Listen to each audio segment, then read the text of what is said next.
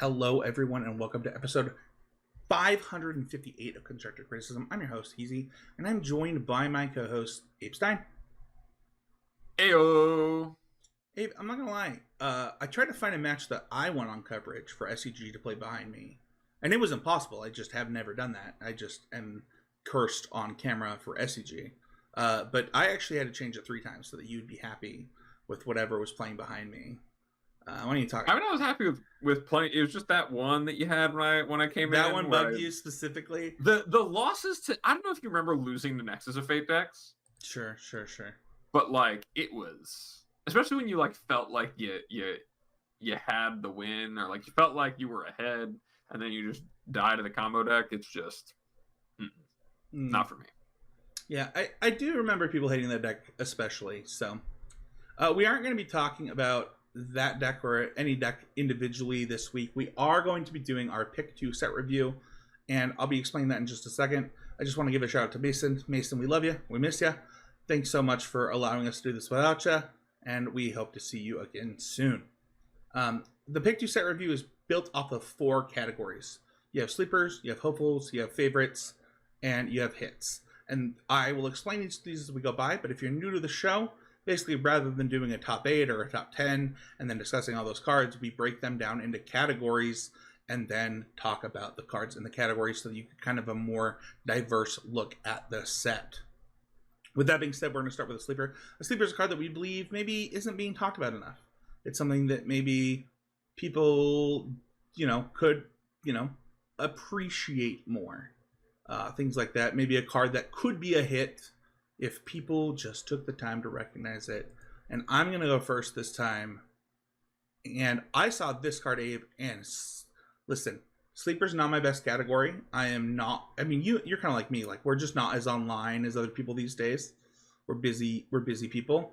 But when this card got spoiled or previewed, I saw 0 conversation about Battle Menu. This card is 1 and a white, I should say, for an instant. Choose one. You can choose attack. You get a 2/2. It's an instant. You get a 2/2 knight creature token. Ability. Target creature gets +0/+4 until end of turn. Woo! That is a lot of toughness. Destroy target creature with power 4 or greater. That's just a card that sometimes sees play in sideboards. And then item you gain 4 life. Abe, I think this is a definition of a sleeper, because it is a role player that might contribute to an entire deck. Like, a card like this could dictate the metagame for a couple of weeks, in my opinion, where 4 toughness creatures or 4 power creatures get worse. Attacking and blocking changes. Red decks get worse because you just have a bunch of life gain in them. This card just does actually pretty close to everything. Yeah, I think I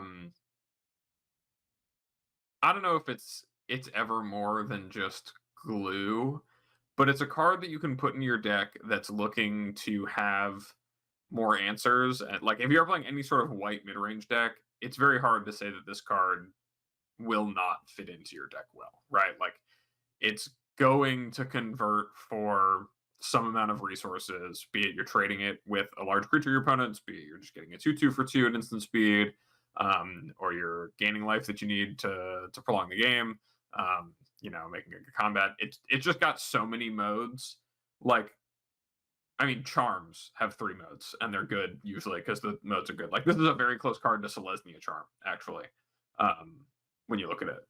Like, it's got a combat trick mode, it's got a make a 2/2, so it kind of has an out of just not being stranded in your hand for the other modes, and then also it can be a removal spell.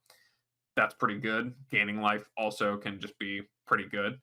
So, yeah, I don't know that I would maybe put it at the point of, like, defining play patterns of the format, but it's hard for me to say that if you put this card in your deck, especially if you're playing best of 1, or you are drafting a lot and you're playing this card, like, it's always going to be a pretty premium card because all of the effects are pretty good. I think 2/2 flash, combat trick, kill a creature, stay alive, all pretty good modes. Yeah, I do think that they did something like the ability and the magic are actually, they are in the same axis, which makes the card a little bit worse, right? Like killing a 4-power creature versus protecting your thing. You can protect it from like damage removal that way, but like if you're like, you can't like upscale your thing to kill a thing, and you also like can protect your thing against a big thing. But it's not like if they had done toughness, for example, it would aggressively slant this card, and because they didn't aggressively slant this card, I don't know if it goes into more decks or less decks, but it will be interesting to see how those two modes play in any given format. Yeah, and I think that the more broad a format is, the more this card has a chance, right? Like the more that you want cards that are incredibly flexible, the better a card like this is. I don't know that Standard right now is that way, but I think there's always a market for playing flexible cards, and Standard's a big format. It's gonna last a long time, so I could definitely see this card being a player somewhere there. Awesome. My next sleeper is Magitech Infantry. It's 1 white for a robot soldier. This creature gets +1/+0 as long as you control another artifact. It has white and 2 to search your library for another card named Magitech Infantry, put it onto the battlefield tapped, and then shuffle. So we've seen similar cards to this see play, kind of this 2/1 with an activated ability that gives you a little bit of card advantage. This one has artifact synergies. This one always gets the same card.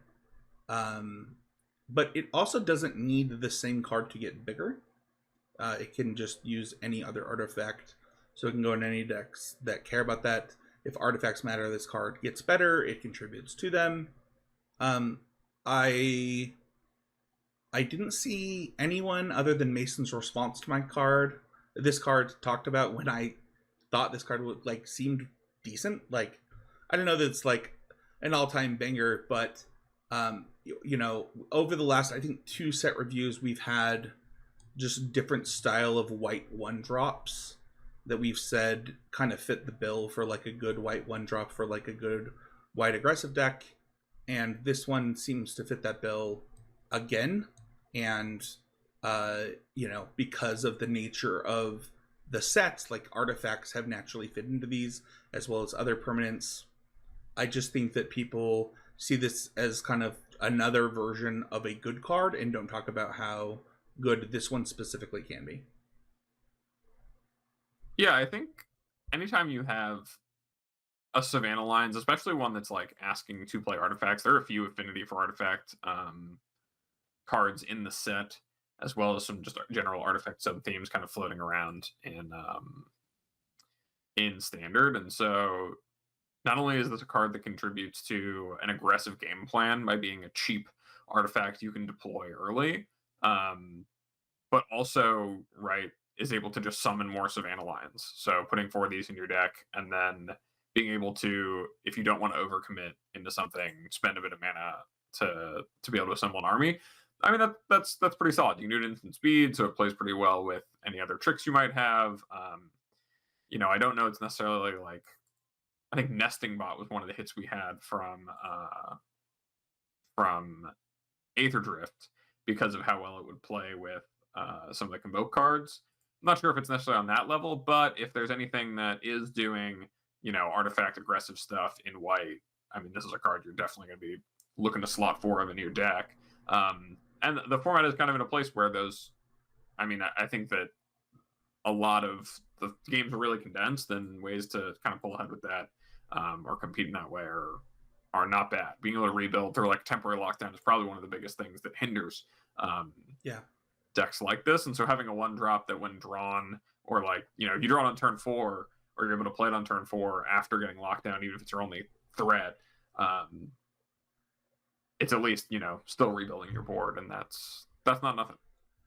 Yeah, and I think that one of the things that I thought about a lot during this set review is we get really stuck in like the current format that we're in. And I think we'll talk about this at the end of this episode, but some of the cards that I picked, like, I don't know if they'll see any play until after rotation. Like, sometimes you just have to say, like, this card on its base makes sense. Maybe not a lot of cards make sense in a set for this format, but that doesn't mean that they won't make sense eventually. And this is one of those cards that I felt like was a sleeper because of that specifically. Definitely. Your next one is Diamond Weapon, and it's your first sleeper. And I want to say this actually almost made mine too. This is actually my number 3. Yeah, so my first sleeper is Diamond Weapon. It's a 7 green legendary artifact creature elemental that costs 1 less to cast for each permanent card in your graveyard. It is an 8/8 with reach, and it has prevent all combat damage to be dealt to Diamond Weapon. So it's an 8/8 reach that can't really get in front of it. There's no worry of a Preacher of the Schism trading for this thing. Death touch doesn't matter. You just got to be able to kill an 8/8 artifact creature, which is not an easy task. And the cost reduction on it, notably, is what makes it, for me, like a sleeper. A lot of times we've been seeing these cards, and there was even the green-black, like Up the Beanstalk kind of graveyard deck from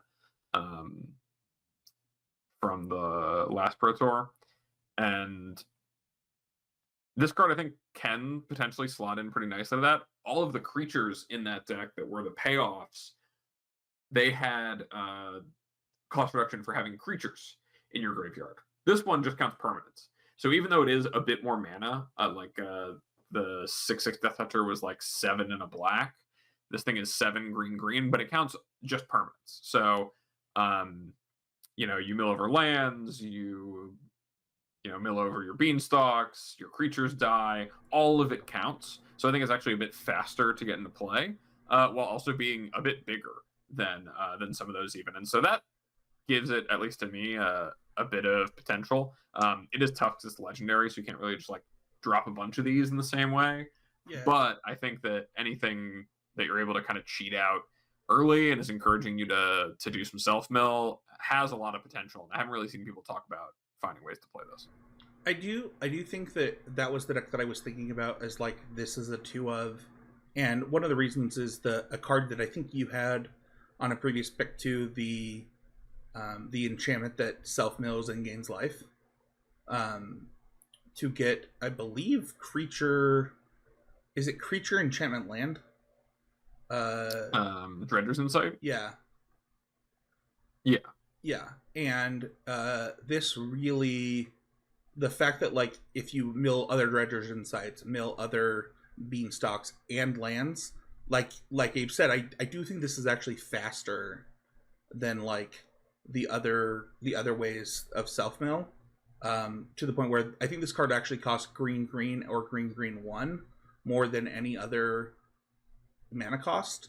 And while you have some cards that cost like a single black, I think they will actually take longer to set up than this, and it will actually make you shift your mana base to accommodate this. Also, like, is it actually that bad that this is legendary? Like, even 8/8 in play, like, what are they gonna do? I mean, you ever had 2 8/8s in play? I know. I was just saying, like, I have actually. Actually, I don't know if that's true. I actually don't know if have you ever had 2 8/8s in play, like, realistically? Oh, definitely. You're playing Death Shadow, that thing's an 8/8 all the time. You know what? That's fair. I probably have had 2 8/8s in play. No, I think this card's sweet. I think it fits very well into that archetype, and also I think that the fact that it is, for some reason, also an artifact could come up in some things, and then I like that, like, you can't block it. It's just like, I mean, you can. It's true. It's just like what's it called? It's abyss. It's just like a total abyss. You're just like, yeah, it's huge, and it attacks every turn with impunity, basically. Yeah. There is no worry unless you're trying to block it, which it is good at blocking. Has reach as well. Yeah. I do wonder if there's a way to like use this in other formats, just because it is so easy to cost reduce by way of being a permanent, and it is such high mana value that like neoforming into a 10-drop or whatever is possible. But that's an entirely different set of science. For now, I'm pretty content with it just being a cheap 8/8. If you're looking to enable it and play some other self-mill enablers. My other sleeper is Zach Fair. Zac Fair is a single white for a legendary creature, human soldier. It's an 0/1 that enters with a +1/+1 counter on it. It's a 1/2. And it has 1 sacrifice Zac Fair. Target creature you control gains indestructible until end of turn. And put Zac Fair's counters on that creature and attach an equipment that was attached to Zac Fair to that creature. This card, I think, is a lot of really innocuous things together in one package. And I think that that's worth highlighting because it is not only a single mana legendary creature that has a bit of counter synergy. It also, I think that line about equipment does really matter in ways of, I've already played a lot of Colossus Hammer, and I'm not going to try to sit here and cope and say that it's playable in Modern right now, but cards are legal in Pioneer, and they very clearly have pushed some amount of equipment matters themes into this set that I think could make that something at least worth like exploring as a tier 2 option. But also something that I think was talked about at the time where Mox Amber was previewed that I still think about is just in general, when there's a density that you have of 1 mana legendary creatures that do anything and are worth putting in your deck, suddenly you have access to building your deck in a way that plays a bunch of 1 mana legendary creatures, and Mox Amber is a way to accelerate through that. And I think that this is just another example of a card that is playable and protects a general overarching game plan, and has like relevant text in whichever way you're trying to build the deck, be it protecting something relevant or doing something with counter synergy and being able to like pseudo modular it over by moving these counters on another creature at instant speed.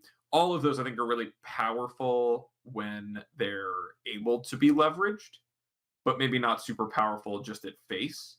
And I think that I haven't really seen people talking about this card as one that they're thinking of being, at all worth trying to play with. But I think that I think it's got some chops. I think that when you really do try to push this card, it's got a lot of good things going for it.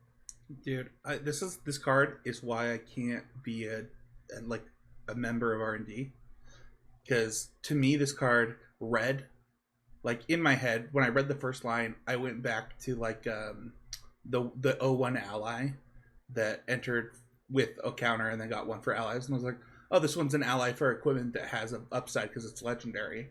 And originally I was like, okay, so it also gets a counter every time an equipment comes into play.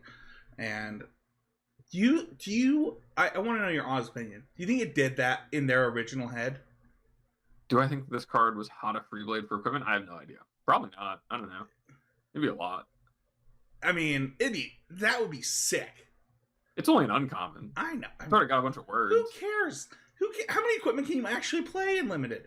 I don't know. As soon as you start letting that thing scale real quick, like what, I'm going to play this in a bunch of Bone Saws and Paradise Mantles and have like it's going to be a Cheerios. Hey, I didn't say that it lasted long. I said I wonder if that's how it started. I think this card, the one cost on its sacrifice, it is reminiscent of standard cards that have seen play, but not like other formats. You know what I mean?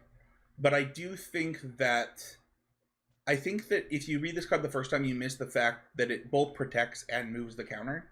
So like you're not losing the power in any way. And if you've invested into this, you get the thing. So they almost have to double spell to punish you for doing anything with this, which I think is a big ask. Like, if you got the Colossus Hammer on this thing, you got the Colossus Hammer on everything. That's just the truth. That's true. I can't deny that. Let's go into Hopefuls.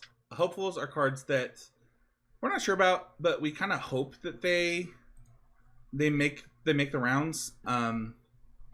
I have a theme to my Hopefuls, and do you have an order that you prefer that I read them in, for what it's worth?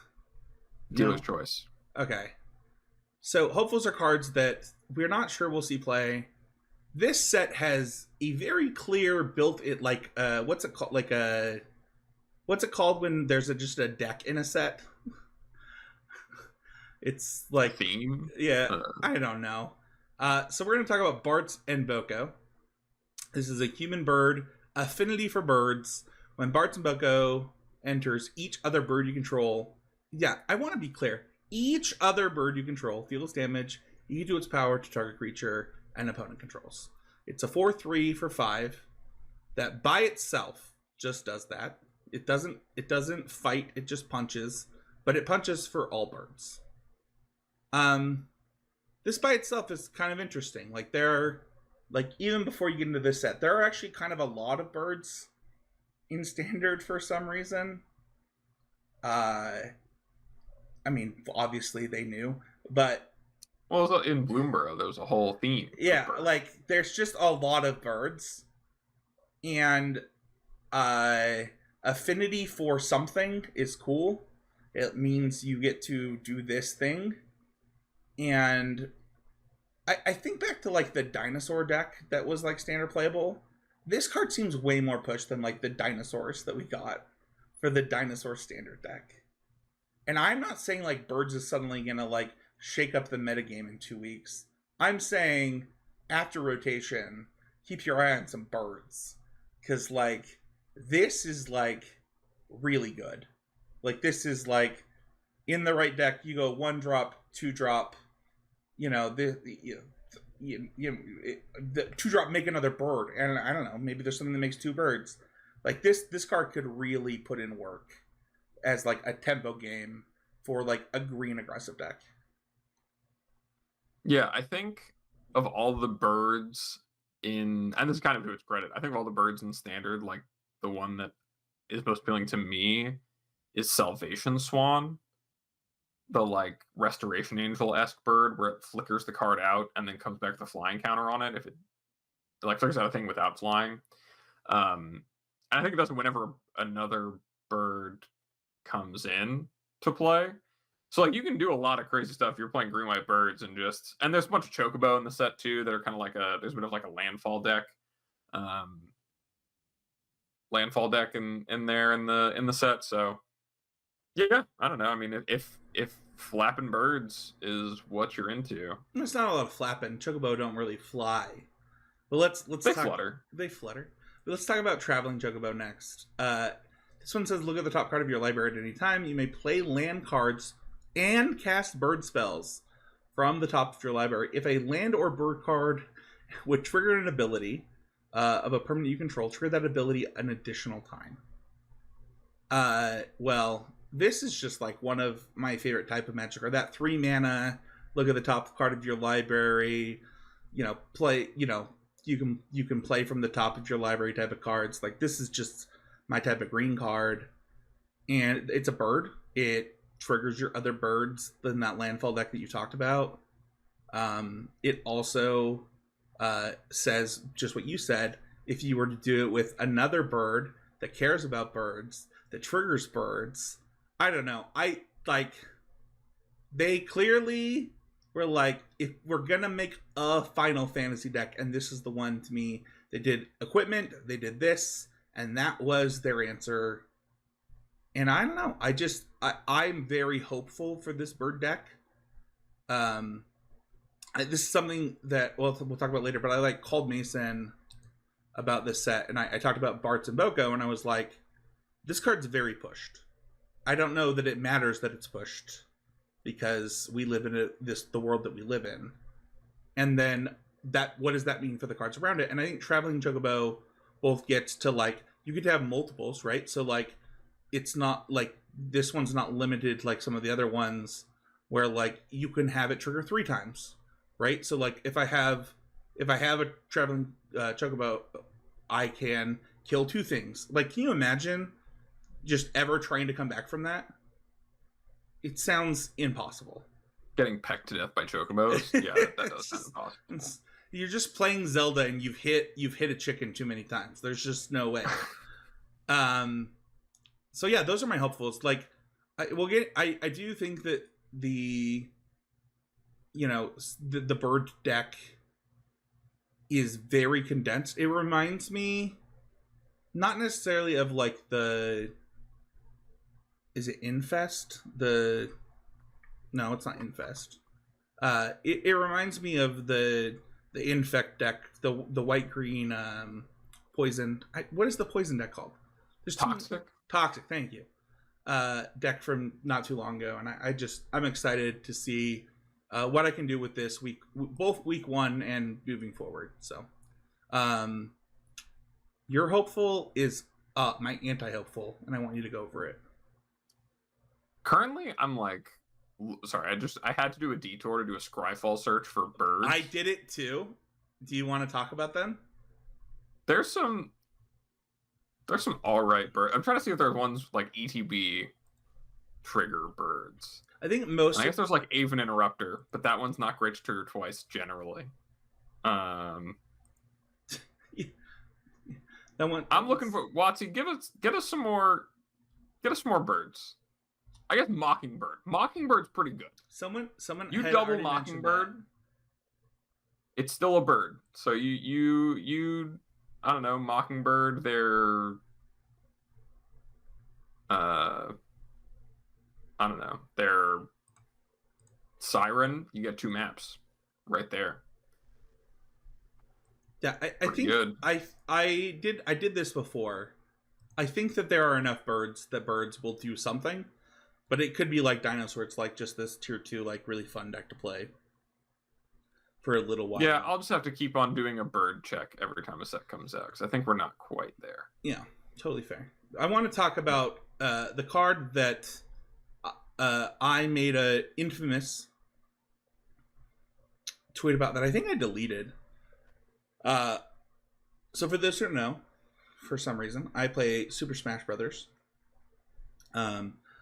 And one of my least favorite archetypes are the very, very rangy characters that have ridiculous range for no reason, and it makes you have to, like, it's an archetype that only exists in like 3 characters, and for some reason they all have this ability to hit you from like halfway across the stage, and it's so anti the rest of the game that it's very unfun.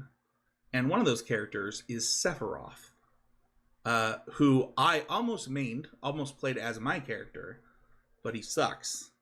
But man, does losing to him suck worse. So talk to me about how much I'm going to hate losing to Sephiroth in multiple games, Abe. Well, okay. So my hopefuls, there's a bit of a theme to mine as well, which I'm sure will become obvious. But yeah, it starts with Sephiroth, Fabled Soldier, who is on the front side, 2 and a black for a 3/3 legendary creature human avatar soldier. When Sephiroth enters or attacks, you may sacrifice another creature. If you do, draw a card. And whenever another creature dies, target opponent loses 1 life and you gain 1 life. And if that's the 4th time the ability has resolved this term, you transform Sephiroth into Sephiroth One-Winged Angel, which is a 5/5 flying that as it transforms into Sephiroth One-Winged Angel, you get an emblem with whenever a creature dies, target opponent loses 1 life and you gain 1 life.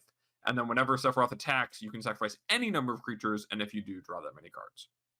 So, yeah, I think this card is really sweet just as a card. I really like Blood Artist effects. I think they're pretty interesting and do some interesting stuff to combat in the right doses. I think that there's some pretty good like tension as far as sacrificing creatures to draw cards, or just in general, the fact that they full on like either player Blood Artist, especially, is something you don't see often, which I think is worth stopping and highlighting. Like when you have this in play, suddenly your opponent's combats also look bad, even if you're on the defensive, because they could wind up attacking and the race could flip entirely on its head as long as they're not killing you, which is pretty appealing. And then, you know, if you have it in play, and even if it's on your opponent's turn, you know, if you have 4 creatures die in the same turn, then you have that in play forever, right? The emblem on the backside of whenever a creature dies, target opponent loses a life and you gain a life is very, very powerful. Because even just having, like, I think even if you played like just the recent Shadows or the In the Strawberry Bastard set, you probably were immediately reminded of how good Blood Artist is. Having one that can never go away just does a lot to normal games of Magic that is hard to compete with. I mean, I think even like Meat Hook Massacre is a good example of a card that like does a similar thing in terms of just passively generating some value advantage, but this is like so much stronger than that even. And so I'm pretty hopeful that there's some sort of aristocratic deck that can come out of this playing this card. Not only because I think Sephiroth is one of, if not the most iconic Final Fantasy character out there. I think it's like he's number 1 or number 2. And I think it's really good for the game if that card is one that sees playing as one where I get it. If it is one they keep on playing against, like I'd rather play against Sephiroth than the One Ring, personally. But yeah, I think it's a really strong card just as a game piece. Something I think would be really, really cool to have in Standard. I'm really glad will be in Standard because it promotes some pretty interesting gameplay. I know that we've talked on the show about a few different cards that are in the last couple of years. They're still legal in Standard, where just the ability to be a sacrifice outlet is something that makes it pretty powerful, and not having a payoff for that kind of makes it a bit weaker. But this, alongside Mobilize, as a mechanic, like imagine just curving Voice of Victory into this after, some other mobilized creature, and then suddenly your opponent is taking, 3 from the Voice Victory and the tokens, and 2 more from the drain triggers. And I mean, if this thing coming down on turn 4, maybe after you have a sacrifice outlet, you could just be flipping it immediately and being in a pretty commanding position in the game, while also replacing itself right after combat if those tokens are going unchecked. So just a lot of really, really neat stuff there. I don't know, Spencer, if you have any thoughts on the card. I know it seems like you have some misgivings about the Smash character. But I don't have just Smash thoughts. I actually do have Magic thoughts. I wanted to give those. This actually was almost one of my hits. The reason I didn't put it in a hit is because I thought that somebody else would put it in a hit, and it's funny that it made hopeful. I think a couple things. You highlighted on one of them. Whenever another creature dies, and the 4th is really important, it means that every combat you have to track this, regardless of whose combat it is. I think that's a pretty big deal. It means that your opponent is in charge of making sure that their blocks don't kill 4 creatures, as well as the fact that they don't allow you to get to a point where it gets there. And that is a tax. That's a real, it's not just a tax on what the card does, this idea of the drain, but it's I have to manage the game so that this never happens. I think that this card is as far as Modern playable. I think it's a fine target in decks that want this type of effect in Modern. I think that it is one of the best 3-drops in Standard and Pioneer. I think that the decks that want this card are going to be really, really happy that it exists, and it will surprise people. I think it will surprise people how much this card feels like Avacyn at way less mana and way less cost for what it's worth. Yeah, I think there's going to be there's actually, I think, a lot of cards wanting this card. Yes, that have been floating around the format, and there's gonna be it's gonna be very cool to see it all come to fruition. I think that people are going to be surprised, and also I think it will take a long time because there are so many ways that you could build around this card for the card to find its actual footholding. I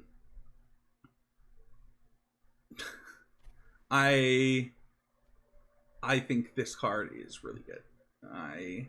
It is not my style of deck, so that's I was not joking when I was like, I can't wait to lose to both Sephiroth in Smash and Magic, because that is definitely what's going to happen to me.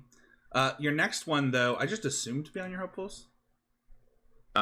Yeah, so the next one is who I'd consider to be, if Sephiroth is number 1 or number 2, it is because Cloud is the other number 1 or number 2.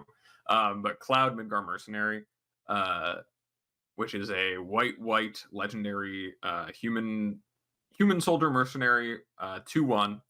That when Cloud enters, you search your library for an equipment card, reveal it, put it in your hand, and then shuffle. And as long as Cloud is equipped, if an ability of Cloud or an equipment attached to it triggers, that ability triggers an additional time. So I don't really know how much I'm intending on using that second line of text, but one thing that it's we already have talked about Hammer on this episode. One thing that is very missing in Pioneer in order for the card Colossus Hammer to make its way in is an ability to find the card Colossus Hammer. Cloud does that.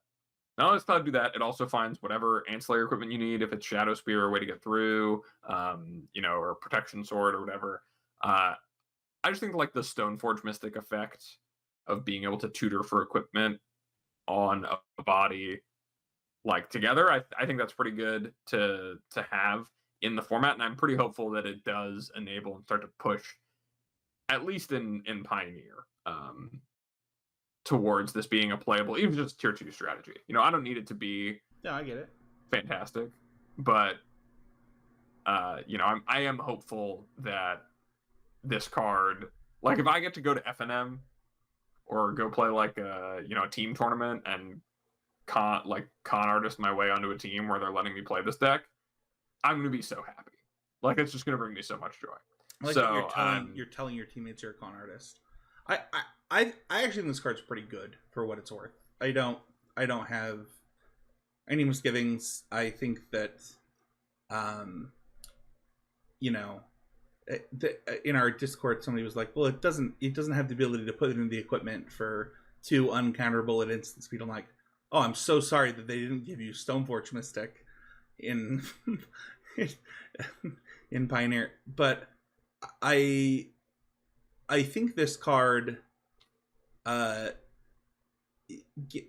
think that something that people don't recognize is like one of the really cool things about this type of card is the toolbox effects that it gives you. Like, yeah, if you want to play Hammer, it can do the Hammer stuff, but also it opens up like other equipment style effects too, where like you get your deck becomes more consistent, and consistency for efficiency is good. And like it's not like Cloud's like bad on rate. Like, yeah, it's a 2/1, but like I don't know, I play a lot of 2 mana 2s in Magic, so I don't know. There's also a lot of like in the set, there's a lot of like, I guess they have job select, so it's similar to like Living Weapon. But between that, there's also in Phyrexia All-Be-One, the 4 Mirrodin cards. So there are like ways to play this that can just be getting you a strong creature or a strong equipment that isn't just one specific one you're building your deck around, right? There is a lot of toolbox ability, even just in standard, if it's something you want to like brew with and build around. Maybe not right now, or maybe you do want to go find an equipment like, I don't know, Corey Steelcutter, if that's something that appeals to you. But there are a lot of targets for this that can do a lot of different things, and it is just strong, and I think it's a good effect to have in the card pool. Like that part is pretty appealing. Yeah, for both of your cards, I do wish the Masamune and the Buster Sword were like slightly stronger to enable this. I can see why they didn't want to do that, but I kind of wish they did. Like, if you're gonna do it, just do it. But I don't know. That's just my opinion. Should we go into favorites? Sure. So favorites are cards that are just our favorites on the set. We just like their design. We like their art. Whatever it is that we like about them, we like them. I'm gonna go first with Summon Titan. This is 3, a green, and it's a Saga for a 7/7 Reach Trample Saga Giant. Chapter 1. I don't know if they're called chapters. The lore one, I don't know. Is Mill. There are chapters, yeah. It's still Saga. Chapter 1, mill 5 cards. Chapter 2, return all lands from your graveyard to the battlefield tapped. Chapter 3, until end of turn, another target creature gains trample and gets +X/+X for the number of lands you control. Um. So on, I think it was Midweek Metagame, another podcast that we're hoping to get some of them on. Edgar called this card the new Primeval Titan, and I had to search so much to figure out what card he was talking about because he did not name the card. I was like, what card could he possibly be comparing to Primeval Titan? That doesn't make any sense. But there is actually a ramp deck that does self-mill for its ramp in this standard format that does want a card like this. My concern with this card is that you don't get a lot of time with the creature. But I like it. Like, you know, mill 5 for 5 with to get a 7/7. Oh my gosh! Like, how are they going to kill this? That's already a lot. Return all lands. Okay, that's an effect that we already pay 4 mana for by itself. I still have a 7/7 that can now attack or block. And then, you know, just give a creature +X and trample. I mean, I've done that a lot of times. So I don't know. It's a cool design. Let's carry your 7/7 for one more turn. Yeah, you know, it kind of, yeah. It does a lot. And I just think it's a cool design space where, like, I think that they are trying to figure out how to make ramp work again without it being. They don't want it to be oppressive ramp. Like, they don't want to just print wild growth anymore. They want to figure out, like, okay, how can we let players that want to play big mana decks play big mana decks, enjoy them, and do a lot of things. And I think this card helps with the type of way that they are considering moving forward with that. And I like that. I wonder if this card is good. I know that like the Pioneer Aftermath Analyst decks were kind of on the, like, back when Analyst was in like a big thing in Standard, people were looking into it in Pioneer as well. I do think this card could probably fit in pretty well just as a... That card's still in Standard too, man. Like, the... Yeah, but you don't have the Capenna lands. I think the Capenna lands are really a big part of it. Sure. Like the immediate crack fetches, like that to me is like the biggest prize of that synergy. But having another card that plays well with those and is just generically good in a way that the other cards around it weren't, like this is like more Lumras effectively, and it's just a big, it's a which big is also in ramp. Standard for what it's worth. Again, don't have if you're gonna show up with a bunch of evolving wilds, I'm just saying that they're in Standard. More power to you. Yeah, what's the real difference? Just that you gain a life? It's that they activate immediately. Well, you can just activate the card. They still come back enter tapped. What? Yeah, all the lands come back tapped for the. They all come back tapped either way, even if you use Evolving Wilds. But if the Capenna lands come in tapped, then the next turn they're untapped basic lands. That's true of Evolving Wilds and Fabled Passage. That is not true. Okay, of Fabled Passage, it is. But of Evolving Wilds, if Evolving Wilds comes in tapped, and then you activate Evolving Wilds, your land is still tapped. I get it. Okay. The life also did matter a good bit in the Analyst decks. Yeah. I'm not gonna let that go unappreciated. But yeah, but still, fair. You know, it is, and they automatically bin themselves. There's so much to like. But no, I mean, just another generically good card that does this. Yeah, I have seen people talking about this in Titan, and I don't think it has a place. I don't. Well, it's in the name. Well, that's true. It's literally Titan. That is Amulet Primeval. Do we have to change the name? No. Okay. Well, do you have anything else to say, or should I move on? No. I think that pretty well covers it. My other favorite is Realm Sketching. This card is 2 blue for a sorcery. Create a token that's a copy of an artifact, creature, warland. This is an uncommon.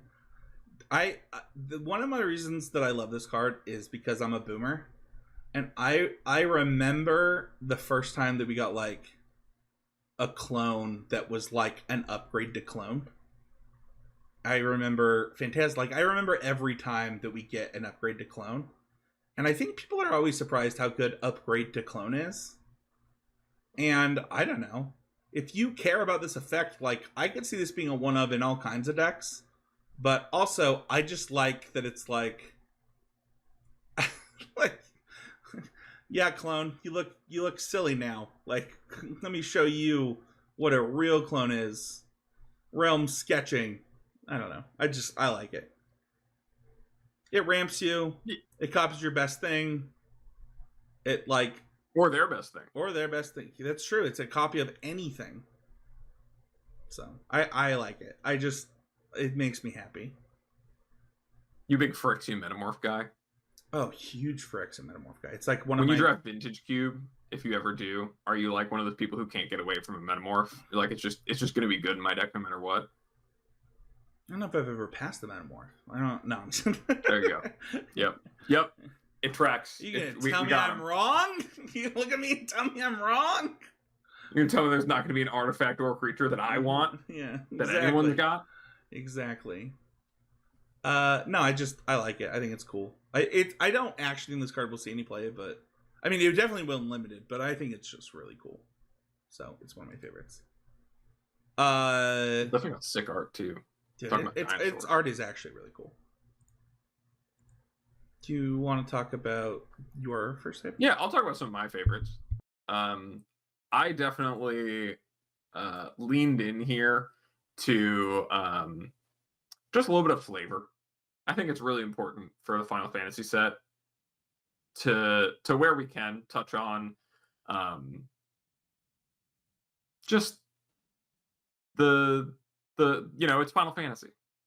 I think that's really great. I think it's really awesome that we have, I think, one of the biggest gaming IPs that we're able to have a set for. So why not, take a trip down memory lane? So what better way to take a trip down memory lane than with Cid, Timeless Artificer?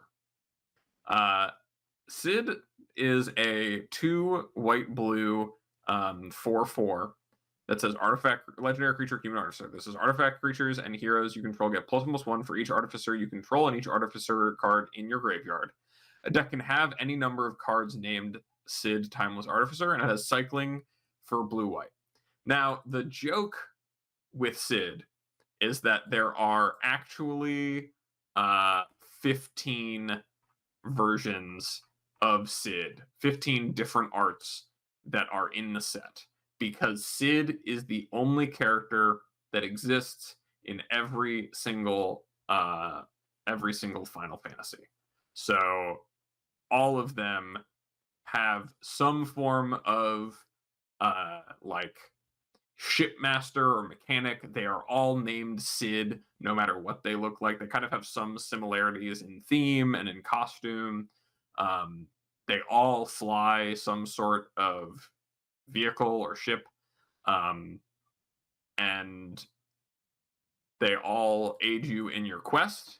And so, as an homage to Cid, they gave us every Cid, which I think is just really cool. I think there's like not like, I know, at least for me, looking at it and being like the ones I do recognize, even some that I don't. I haven't played every Final Fantasy game, but I did play a lot of them growing up. It's just a nice little like it's a trip down memory lane to see them, and I know it's a thing that I really love, because while being just a pretty generically solid card, and just like a signpost kind of uncommon, it still, I think, delivers for someone. Like, I know I'm going to encounter people at stores who are like, oh yeah, I need the Final Fantasy 9 Cid. That's my favorite Cid. I love Final Fantasy 9. Like, like someone's going to make a deck with all, like, playing all 15 in their commander deck or whatever. And I think stuff like that, when you really execute it, it doesn't cost you a lot of space in the set, is just really awesome to see. And so I love they're able to do that, because I think it wouldn't be Final Fantasy without Cid, clearly, because he's in every game. And so the fact they're able to do that is really great for me. I don't know if you have any other thoughts about this card. No, I love it. I have questions, but we might need the comments to answer them. So like, my most played Final Fantasy game is Final Fantasy Tactics Advanced 1, the first one for the Game Boy Advance. I think it's literally on my nightstand, or actually it might be in my SP, to be honest. I don't remember this character in that game, and I was not a PlayStation user, so like I didn't even know until this card was spoiled or previewed that it was in every game. But I'm actually curious: is Sid in the Tactics games? Because I see art that looks like that is true, but I don't know. I don't know if it's the same one or if like that's like fan theory or whatever. Okay, rather than Googling it, which is something I could do, I think you're right. YouTube comments? Yeah. Tell us about Sid. Tell us your favorite Sid. Yeah. And whether or not there's a Sid in the Final Fantasy Tactics game. And where can I find, like, if I play Tactics Advance tomorrow night, where will I find Sid? Like, where can I find my homie Sid? Yeah, like Tactics Advance is like, I think it's literally in my SP. Like, actually, I'm actually positive it is. Yeah, I am, because Fire Emblem Sacred Stones is right here. So there was a real lack of Final Fantasy Tactics representation. It is actually one of my complaints with this set, because it is such a beloved part of.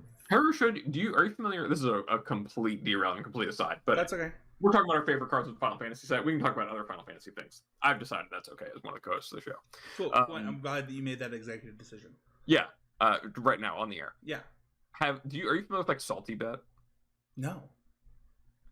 Salty Bet is this like, it uses Mupen, which is the fighting game emulator, and it's like two randomly like generated database fighting game created characters playing against each other, and it's two AIs fighting each other, and you bet on it with like channel points or the equivalent at the time. I have heard of this. So there is one of these that exists on Twitch for Final Fantasy Tactics, like the PlayStation one. Okay.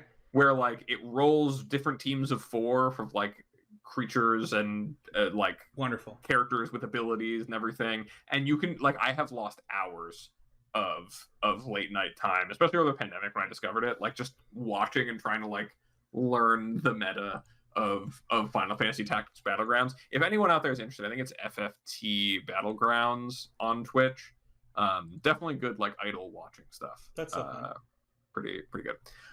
Anyway, with that aside over, my other favorite from the set is Venat, Heart of Hydaelyn. With backside Hydaelyn, the Mother Crystal. Venat is 1 white for a 3/3 legendary creature Elder Wizard. And whenever you cast a legendary spell, draw a card. This ability triggers only once each turn. And then it has the ability Hero Sundering, 7-tap, exile target non-land permanent, transform Venat, activate only as a sorcery. This actually reminds me, before we read Transform, Sid said heroes. What the fetch is a hero? Is there a card type hero that Sid cares about? I guess there are. You read the Transform. I'm going to look this up. Okay. So the backside of it, after you pay that 7 and exile target non-land permanent, is a 4/4 legendary creature god, 4/4 indestructible, with at the beginning of combat on your turn, put a +1/+1 counter on another target creature you control until your next turn. It gains indestructible. If that creature is legendary, draw a card. I love this card because, I'm not going to spoil anything about Final Fantasy XIV, but this is a very important character from Final Fantasy XIV, especially in the end of the first major arc of the story, and that's the MMO, so it is a long process to get there. Even just like blitzing through the main story, it will take a while. This is like in the 4th or 5th expansion of the MMO that came out over the pandemic when I was playing. But I just have a lot of really good memories about, like, I really appreciated this character. I really liked her place in the story, the boss fight and like raid boss for that encounter was really fun. And I was really happy to see a card that I think does this character some justice, given her importance to the storyline of Final Fantasy XIV. And it's also just a pretty sweet card. Like it is a card that just kind of works. good mana value, replaces itself if you're playing a bunch of legends, um, you know, trades for a card, and if you are able to invest the mana in it, and have that all work out, then you get pretty paid off with a strong thing, and all that just it works. It's a card that I would be happy to like draft or have in sealed or just like put into a deck to try out or like drafting a cube with the right power level. And it's a character who I really appreciate, and for a story, especially in Final Fantasy 14, that I really appreciated. So, hats off to Play Design for whoever was able to land this one. And I just really wanted to shout out that character because I do love them a lot. Dude, I love that. I have no idea who this is, and the fact that you love it means a lot to me. So let's go over our hits. I'm gonna go first. Yeah, now for the part of the show that everyone's been waiting for. Yeah, everybody. The big stuff. Okay. The big winners. Cecil Dark Knight is my first hit. A hit is just a card that we believe is strong enough to make an impact across formats, regardless of formats, whether it's standard, whether it's Pioneer, whether it's Modern, Legacy, whatever. Cecil Dark Knight is 1 mana for a 2/3 legendary creature, human knight. It has Death Touch. Why does it have Death Touch? That's a large Death Touch creature for 1 mana. Whenever Cecil deals damage, you lose that much life. Wonderful. I'm so glad that I do that, because then if your life total is less than equal to half your starting life total, you transform it, and it becomes a 4/4 life lean creature whenever it has Protect whenever it attacks. Attaching creatures you control gain indestructible. Yeah, so like, we're pretty off the theory of words on this podcast these days. Like, every card has a lot of words, but this one has a lot of relevant words. What the heck? This card, to me, when I read it, I was like, this seems good in multiple decks. In multiple ways. I don't know. It is when it deals damage, which is both good and bad. I don't know. A 1 mana 2/3 Death Touch on its surface with downside already would have me interested. And then the fact that you can be like, okay, we're gonna swing the game back the other way in standard, or if you want to keep the life gain, maybe you can sack it later or whatever. I don't know. This card seems crazy good to me.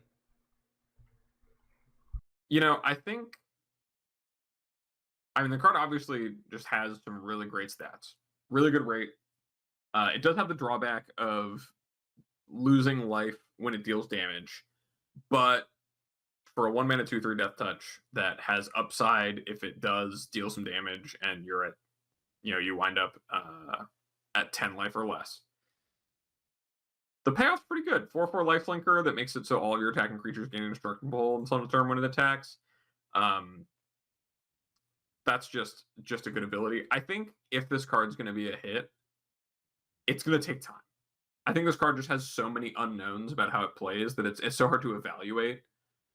Like, I think it's going to take time to find the right balance, because it obviously is good. Like, it has all the makings of a strong card in terms of rate, but making that work, there is kind of the risk reward of like, well, what if I do just like take 8 damage attacking with this thing and then they kill it and then it dies?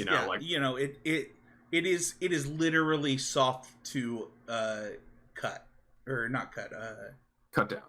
Thank you. Do you have like plans for where you like want to start with this card? Do you have any ideas in standard or anywhere that like a deck you want to put this in? I think that the thing is like the mono black mid-range aggressive deck was already pretty close, and I think that, oh man, I'm gonna get so much crap from you and Mason for this, but like the card of Phyrexian Obliterator has seen play in like specific spots that I wanted in a deck that is aggressively slanted, so that it dealing damage I can take advantage of. So like things that care about like my life total. I don't know. It is uniquely positioned, and I am sure by the time this card sees play that everyone will be like, obviously. Well, I would start with like an aggressively slanted deck that doesn't care about the life loss as much, just to start, and then I would care about like, what does, how can I take advantage of life loss would be like my second thought, because I think that if you can turn its downside into an upside, that's where the card is like a hit. Yeah, definitely. I mean, I think that using the whole buffalo is essential with a card like this, right? Yeah. You have to, every part of it has to be good. You have to be continuing to want to attack. You have to be willing to just shove this thing in early and be okay if it just trades with your opponent's, 2 or 3 drop and you pay 2 life, right? Treating like an Infernal Grasp that maybe also lowered both your life totals by 2, but then on the backside, you could kind of like gaining that life back, or attacking multiple creatures. Actually why I didn't say like Death Shadow, right? Like, because then like if you flip it, it's like, well, now this is bad. Like, not that a 4/4 lifelink is bad, but like, But now it kills my Death Shadow. Yeah, exactly. One thing that I did think about with this card is like, if you can get low life for yourself to matter, Bob is also in this set. Dark Confidant, for those who don't know.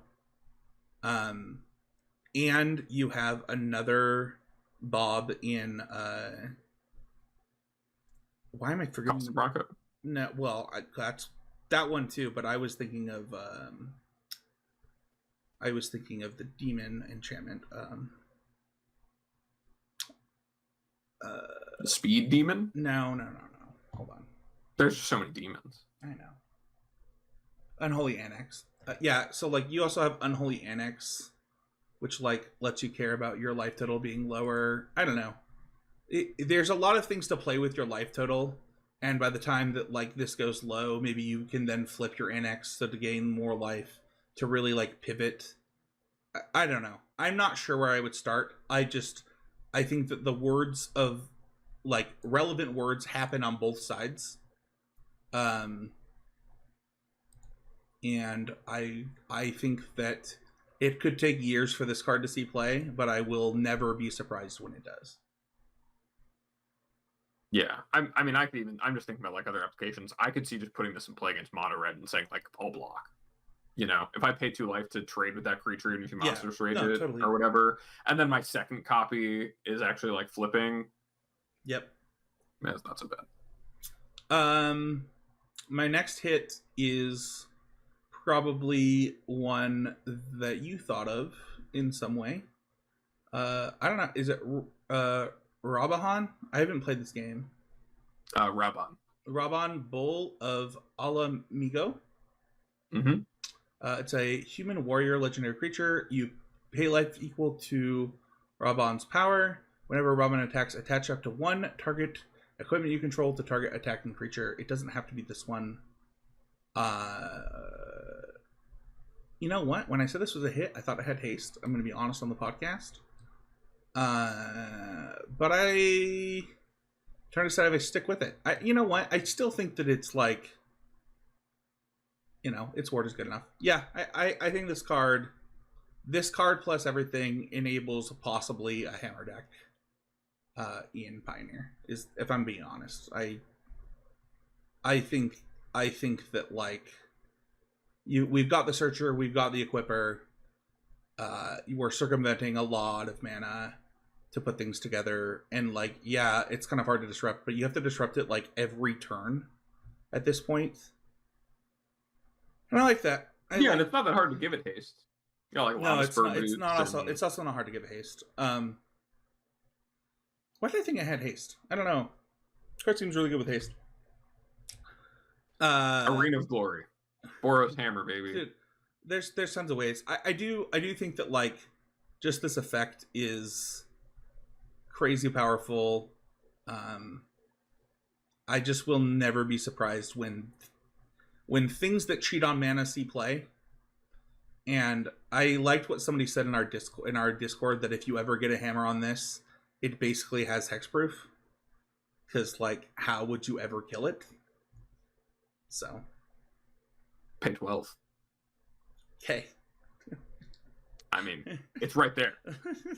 Or cast like Abrupt Decay, something uncounterable, but Yeah, no, I mean, I definitely think that if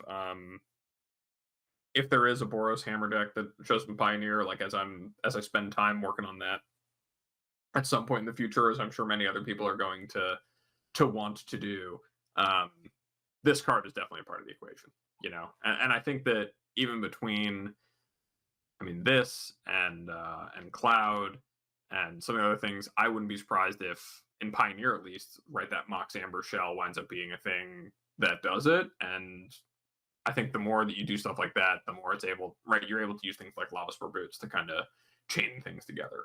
Um, and and find right, you have a lot of use for excess mana sources at all stages of the game. Your deck's full of equipment, and I'm not gonna so this lie. card definitely. When you said that, I forgot that Mox Amber was legal in Pioneer. Like when you said that, like 30 minutes ago, I legitimately forgot. That seems so. You crazy. don't print playable Moxen ever. I mean, we have a non-playable one in this set, or the last They set. don't. Well, it was non-playable when they printed it in Dominaria, and then they printed 100 legendary creatures in this set alone. So you know, it's it's stocks rising. Should we talk about two cards that almost made my favorites that made your hits? Yeah, sure. I'm actually gonna start with Ultima. Ultima is 3 white for a sorcery that destroys all creatures and artifacts and ends the turn. So that means no pesky death triggers, no pesky, equipment lying around, clears up, Quarry Steel Cutters in standard. Also can't really follow it up with another thing, but still, I mean, if you find a way to, God forbid you find a way to cast this in your opponent's turn with like a quicken effect or something like that, but just a really, really good sweeper. I think that they've made other attempts at making sweepers kind of clean up a lot of things at 5 mana in the past in a way that didn't work. But I think between the kind of pseudo exile effects and also covering artifacts as well innately at 5 mana, there's enough there that I think that this has play even as like a 1 or 2 of in existing control decks in in Pioneer and Modern and in Standard. I think there's like a lot of room for this card to shine. Anytime that you're wishing you had a way to play a card that did not make your deck, feel like it didn't work or had like too narrow of answers and could still answer a bunch of artifact shenanigans going on, you now have an answer. And I think that's like really, really powerful. I have a couple of thoughts with this card. It also made my favorites, and then I realized how much I've hated like Farewell.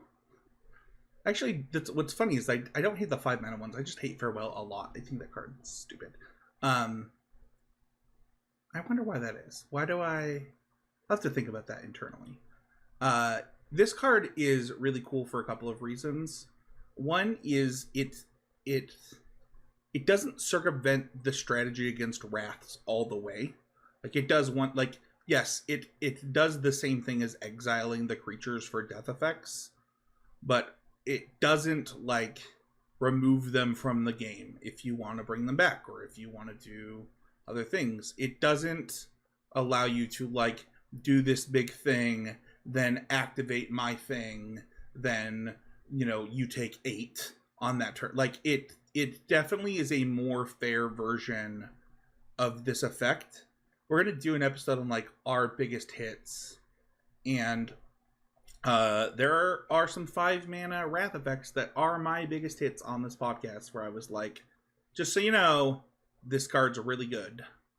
And I think this card is good in different ways, but also is more fun. Like it doesn't allow you to take advantage of the fact that maybe you get ahead on mana if you're a tap out control deck or things like that. So I don't know. I really like that.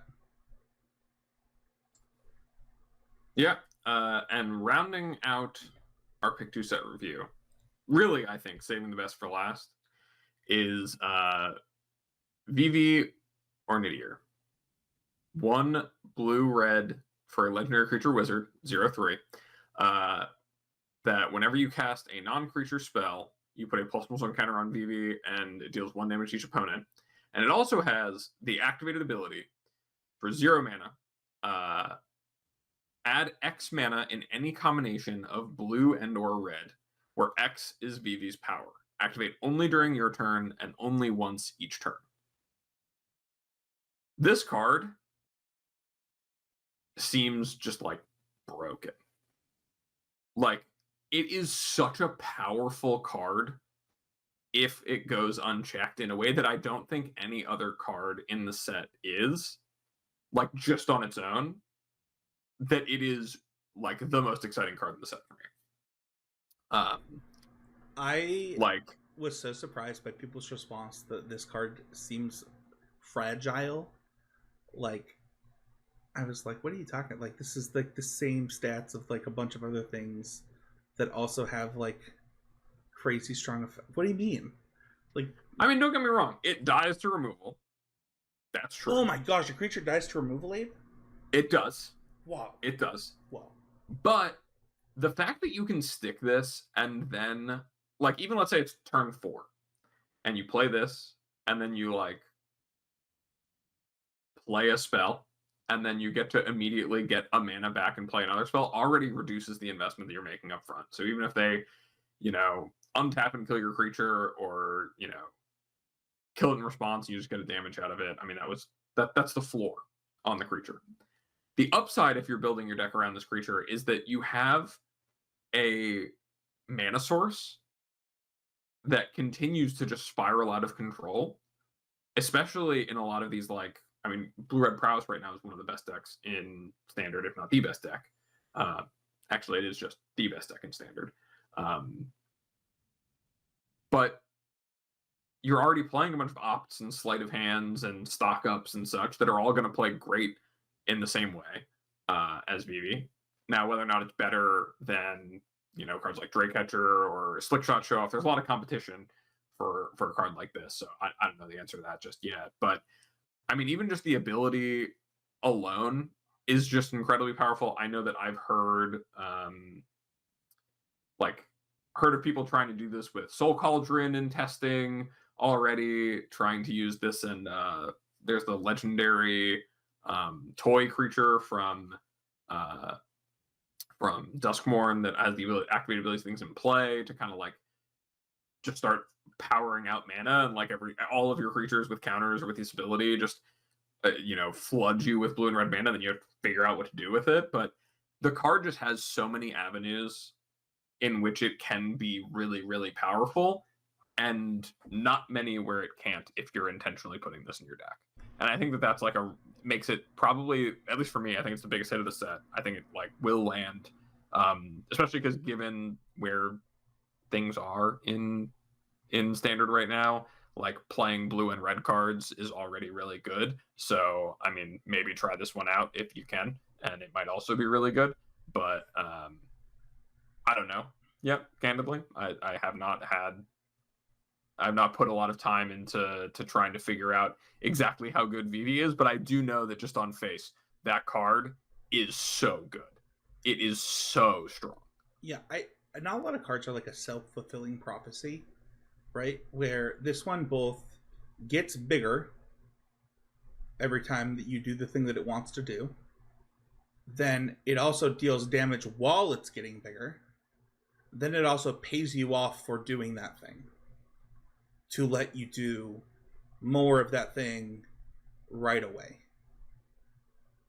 And I mean, there's a lot of glass cannon-y stuff about that, but there's also a lot of, well, cool, maybe it's a little glass cannon-y, but like, if I can do that glass cannon-y stuff in a deck that is already doing that stuff, now I just have a broken deck. Now I both am a glass cannon deck and an aggro deck and a mid-range deck and a ramp deck and like a combo deck. Like there's a lot going on. Yeah, the potential for VV to be an upward spiraling engine on its own is just so strong. I think that this card is like, I don't know. There are so many ways to use this and to break this card that I would be very surprised if it did not do that in at least one format. Yeah, I'd agree with that. Let's wrap up. What do you think the set will bring? What do you think standard shakeups? Do you think pioneer shakeups? Do you think that it brings nothing for a little while? I think it brings a lot of people into the game of Magic the Gathering. I think I don't know. I think it's got a lot of cards, a lot of words that need to find a home. I think my biggest critique of the set is that I think that it feels like a big power level shift backward that isn't, compared to like the last couple of sets, that isn't necessarily something I have confidence is going to be mirrored by a lot else. Like, I don't know that the next couple sets are going to be around this power level of like high complexity, but you know, they've got the IP attached, so it's kind of cool. But I think that a lot of these cards wind up seeing play. A lot of cards we talked about today find decks to work in, which I think a lot of them do have in terms of just being designed right. It's like, this card obviously wants to play with this kind of card or this kind of thing, which is very much, I think, the crossover between Final Fantasy and Standard and also Commander, just in design. I think that if these cards are given room to breathe, I think the format's going to be really fun. I don't know out the gate in the current Standard format, where it's one where like we had to change our plans as a podcast around how we're covering the format because it's just a little bit not good in terms of there's not a lot of hammering and rotation going on.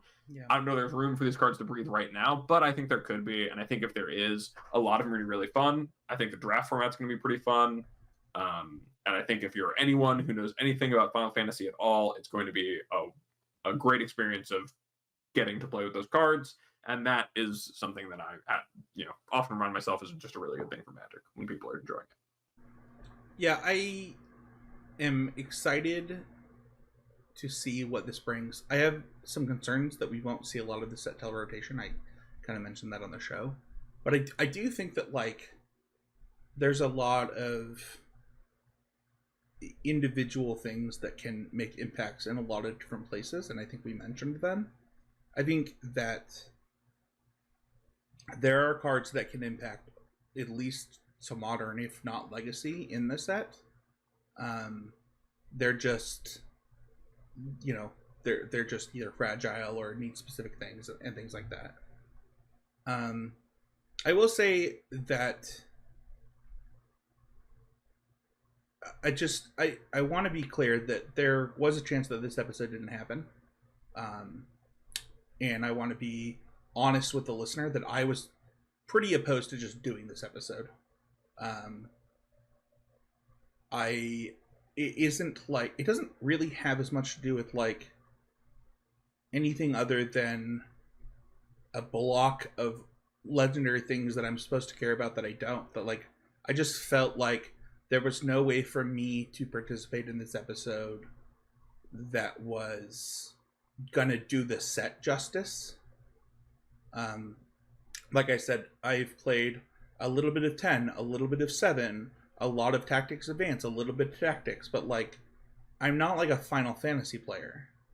And it felt, I don't know, it felt weird.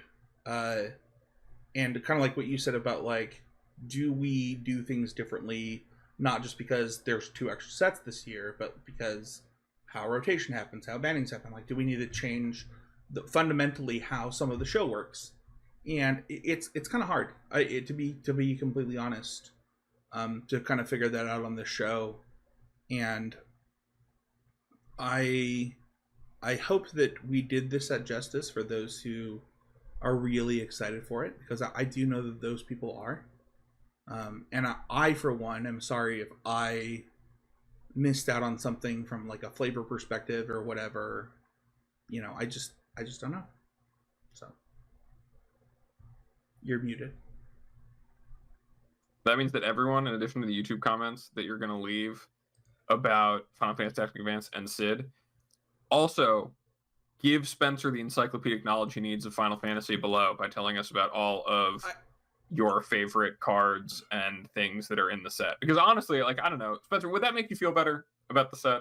Dude, if you got to see all of the people who listen to our show. Can I go down a little tangent? Like, because there is a card that I recorded a video about how excited I was for like the beginning of the previews, and how maybe it was other things that upset me. And then Titus got spoiled, previewed. But there's Titus is one of white and a blue. Okay, this is such an unfair example, Spencer. Hold on, I'm cutting you off here. No. Titus has a whole commander deck. Okay, but I'm not a commander player. You can go buy the commander deck as a Titus fan. This is a ridiculous. I have to be. Can I just say what I'm gonna say? Sure. I know what you're gonna say. It's just. You talked about how some of these characters are the most popular characters in the whole entire franchise. And they make this Titus for standard? Come on. We're not all commander players. You better get drafting them blue-white decks. I'm not. It's just...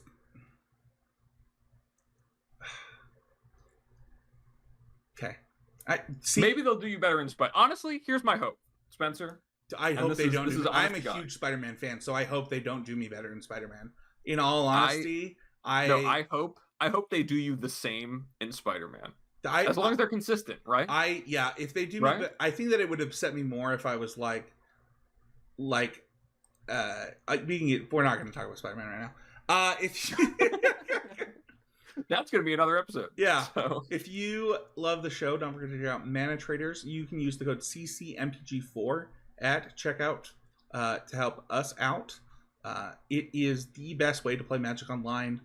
If you're looking to play any format, Mana Traders is the way to do it. Magic Online is the place to go. If you're an arena player, Untapped.gg, I have to give an anti-shout out to Jacob, one of our favorite patrons. Doctor, where are you going? I'm turning on my light. It's so dark in here. I'm sorry. I actually was going to. I know Mason lives like this, but I could. I was actually going to ask you to do that a while ago, and I didn't.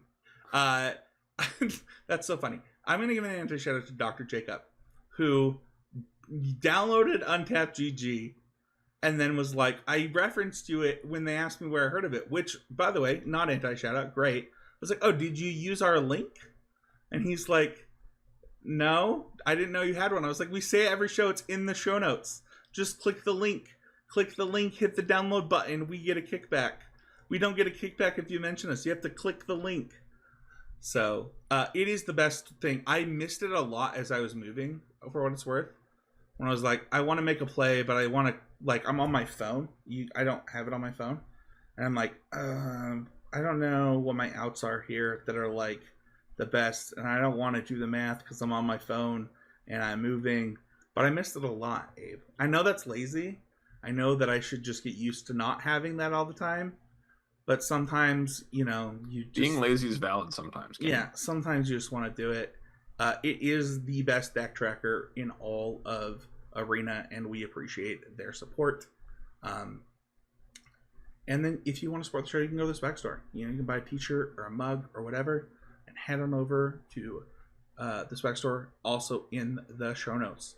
Always improving is the point of the show. We're not going to do it this week. We've been podcasting for a while. We don't do it on Pick 2 Set Reviews, but we believe in improving each and every week that we can. And I am going to give just a second for why we missed last week, is that I messed up last week. I recorded the show when I shouldn't have, and I didn't feel like it was worth posting when I was so tired after everything I was doing. And we talked about it as a team, and I just wanted to apologize for no show last week. And that's the Always Improving segment this week, is sometimes you just can't do the show, and we have all accepted that of each other, but I couldn't accept it myself last time. So no Patreon shoutouts this week, but if you go to patreon.com/ccmtg, you get access to the Patreon question. And if you're a patron of $5 more, you get a Patreon access to the Patreon Discord, where you can ask questions, is what I should say.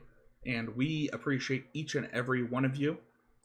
Each and every week, we have, each and every day of the week, we have Patreon discussions in that Discord.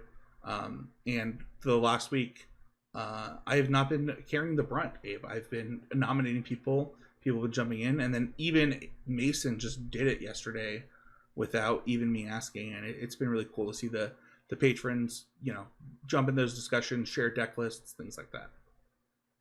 Yeah, it's been really great to see the growth in the community in terms of just how much engagement everyone has and how much everyone's pushing each other to talk about Magic and work with themselves to be better and work with each other to be better. So definitely, if you're a listener who's thought, oh, why would I join the Patreon Discord?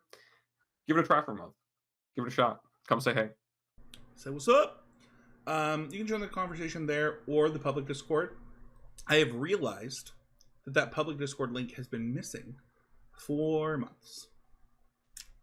And it has been fixed. You should be able to join that public Discord. If you just can't afford it, you just want to talk about Magic, there is a section in the He's a Game Media Discord for that. But the best place to join publicly is the YouTube comments, Abe, where you can tell me all the lore of Final Fantasy I don't know, as I get prepared to download it on Steam, because I do plan on playing Final Fantasy VII, for example. It's on my list of things to do. If you are a Final Fantasy VII player, you might know I have played the beginning, which you probably know what that means if you're a Final Fantasy VII player, and then did not get further. But I did play the beginning, so I plan on playing that game as well as other things. So, yeah. I guess I gotta say it on this podcast too. I didn't. I should have written this down, but so Sam Black is leaving Drafting Archetypes, another show on this network, and we are open to hearing other people that would like to take Sam's spot, to continue the legacy of the show. If you reach out draftingarchetypes@gmail.com, we are happy to hear that. Send us a resume, let me sit down and talk to you. But after his initial reactions of the Final Fantasy set, Sam's going to be stepping away from streaming and the podcast. And I want to give a shout out to Sam. 4 years, 200 plus episodes, just so few podcasts make it that far. And when you are a single person doing it at the consistency in which Sam does it, it's very impressive. So yeah, I have to say that podcast also, I'm glad it will continue to exist as even just as an archive, because there are so many lessons that I learned personally from Sam's content. And I think that if you're a player looking to improve at Limited, it's still going to ring true. Even if it's not directly about the format that's coming out, or whoever it is that, if anyone comes in we find the right person to continue that show, it's just incredibly valuable what he was able to do, and a great show. So great run to Sam. Yeah. Like, comment, subscribe, review. It helps out the show immensely. You can follow Mason at Mason E. Clark on Twitter as well as on Blue Sky. You can message or email him at masonclark@gmail.com for coaching. Leave coaching in the description. What about you, Abe? You can find me over at Blue Sky at More Nothings. You can also find me at Twitter at More Nothings, although I don't use it nearly as much as I use Blue Sky. I do not have any availability for coaching until after the Pro Tour, but if you're interested in getting connect with me for anything coming up in July, please feel free to reach out on either of those platforms, or you can send me an email at morenothings@gmail.com. How about you, Spencer? Yeah, you can follow me every week. Not really right now. It's been once a month, but on the Need to Nerd podcast to talk about just everything nerdy for He's Game Media. You can follow me on Twitter at He's Game, as well as Blue Sky at Spencer13H and Threads at Spencer13H. You can reach out anywhere of those for coaching.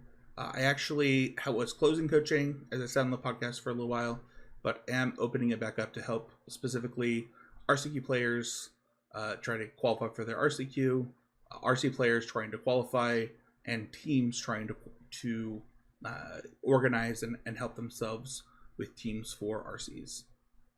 I am excited about this. I want to shout out everybody. I can't shout you out individually, but everybody that's reached out since I said I was going to make this opening and make it a priority. I really, really appreciate it.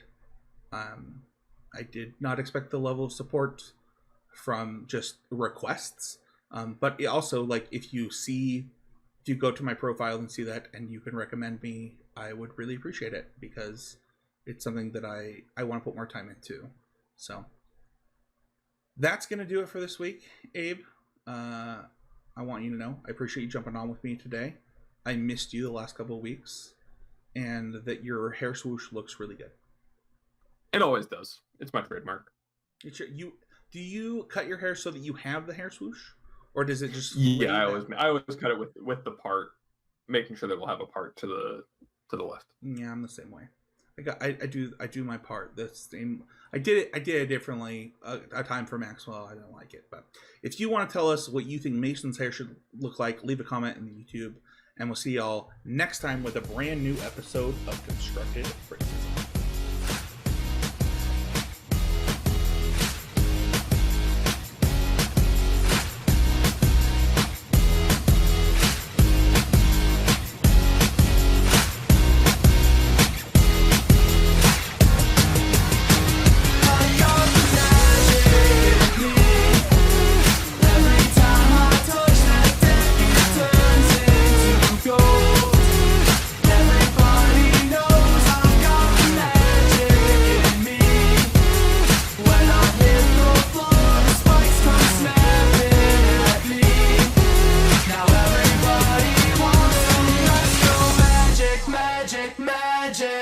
Magic, magic, magic.